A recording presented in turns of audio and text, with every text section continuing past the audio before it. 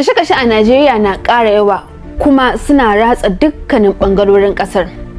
A jihar Filato a ranar 20 ga watan Yuni, wasu matafiya daga Zaria da ke kan hanyar su na zuwa ɗaurin aure suka fada wani tarko. Aka ƙona motar su kuma su guda 12 suka mutu, wasu kuma sun jikkata.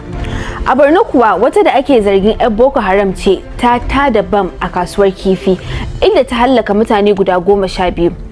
A kwanakin baya a Benue, 'yan bindiga suka kai farmaki fiye da mutane 100 aka kashe, aka kona gidaje kuma. A Edo kuma a watan Maris, wasu Hausawa da ke kan hanyar su zuwa bikin sallah aka yi musu dirar mikiya, aka kona su da ransu fiye da su 20. Shugaban kasa Bola Ahmed Tinubu ya yi Allah wadai da irin waɗannan kashe-kashe da ake yi, ya kuma yi jaje ga waɗanda abin ya faru da su. Amma abin tambayan anan shine, haka irin waɗannan kashe-kashen za su yi ta faruwa sai dai gwamnati ta yi Allah wadai? Mutane na ganin cewa rashin ɗaukar mataki kai tsaye, rashin hukunci da sakaci shine ke ƙara wa 'yan ta'adda da masu rura ƙabilanci ƙarfin gwiwa. Abu ne mai wahala ƙasar da ke fama da rashin tsaro da ƙabilanci da rashin zaman lafiya da iya samun ci gaban da ya kamata.